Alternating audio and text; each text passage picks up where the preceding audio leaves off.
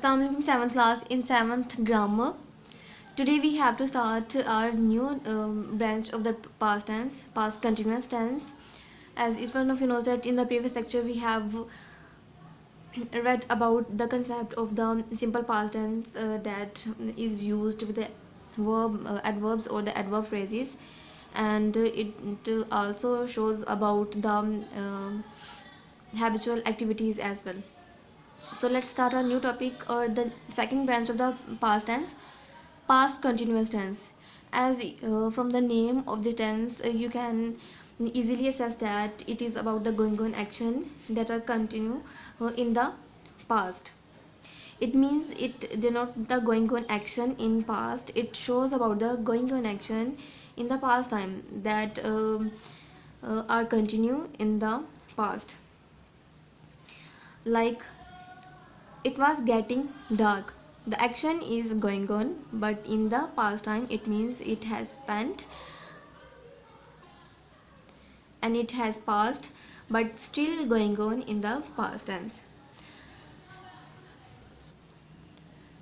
Okay students, the important thing regarding this tense is that it is relating with the past simple past tense. Like, past continuous tense and simple past tense are used when a new action happened in the middle of a longer action. It means when the action was going on and at the same time the new action happened on the at the moment.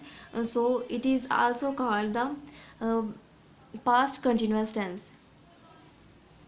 Students का मतलब ये है कि जब हम कोई action जो past में कंटिन्यू था और उसके होते हुए ही एक न्यू एक्शन जो है वो रूनमा हो जाता है या वाक़ हो जाता है, तो वो पास्ट कंटिन्यूस और टेंस जो है पास्ट सिंपल पास्ट से रिलेट करता है. It means past continuous tense और continuous thing is going on and the action is going on, and at the moment any new action happened and completed.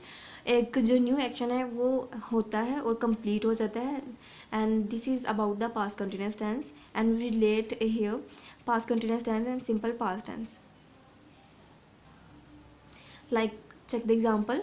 The light went out while I was playing. This is the second one action. First action that was going on firstly from the longer time. uh, I was playing, and at the moment when the action was going on, the new action happened. The light went out. Okay students, this tense is also used with always and continually etc. Like, it also shows about the habit and continuous action that is physical or state in its appearance. Like, see the example, he was always grumbling. It means it's his habit, and by using always and continual action or adverb we can write this tense. He was always grumbling, and always here adverb, and we can use in the past continuous tense. Students, I hope that your concept about the past continuous tense is clear. Again I'm repeating, it shows the going on action and it relates the past continuous tense and simple past tense, because it shows the actions that are going to continue and the perfected action as well, and then we can use it by using the adverbs always or continually adverbs as well. So now let's read about the four kinds of the sentences. Students, first kind is about the affirmative sentences. As a lot of time we have discussed about it.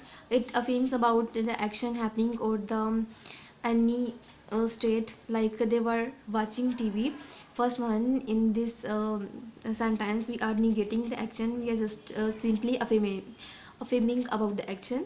So this is called simple or affirmative sentence. And then in the next sentence, they were not watching TV. In this we are negating the action, and after the auxiliary verb we have to write the not just to negate the action watching. And then students, in the third sentence we have to make it interrogative.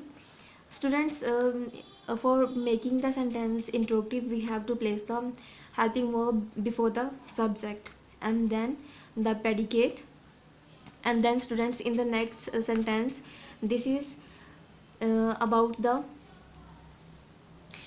WH words that start from the questioning word. I have told you that there are two types of the uh, interrogative sentences. First, that start with helping verb, and second, that start with the questioning word, like why, when, where, uh, who, whom. And why were they watching TV? Students, first of all, we have to write uh, our questioning word, then helping verb before the subject, and then our predicate. And this is the fourth branch. Students, uh, in which we ask the question and negate about the action on the spot. It means on the same timing we are asking the question and negating the action as well. Like when were they not watching TV? First of all, we have to write our questioning word, then subject before the, sorry, then helping verb before the subject, and then after the subject we have to write not, and then our predicate, or at the ending we have to put the sign of question mark.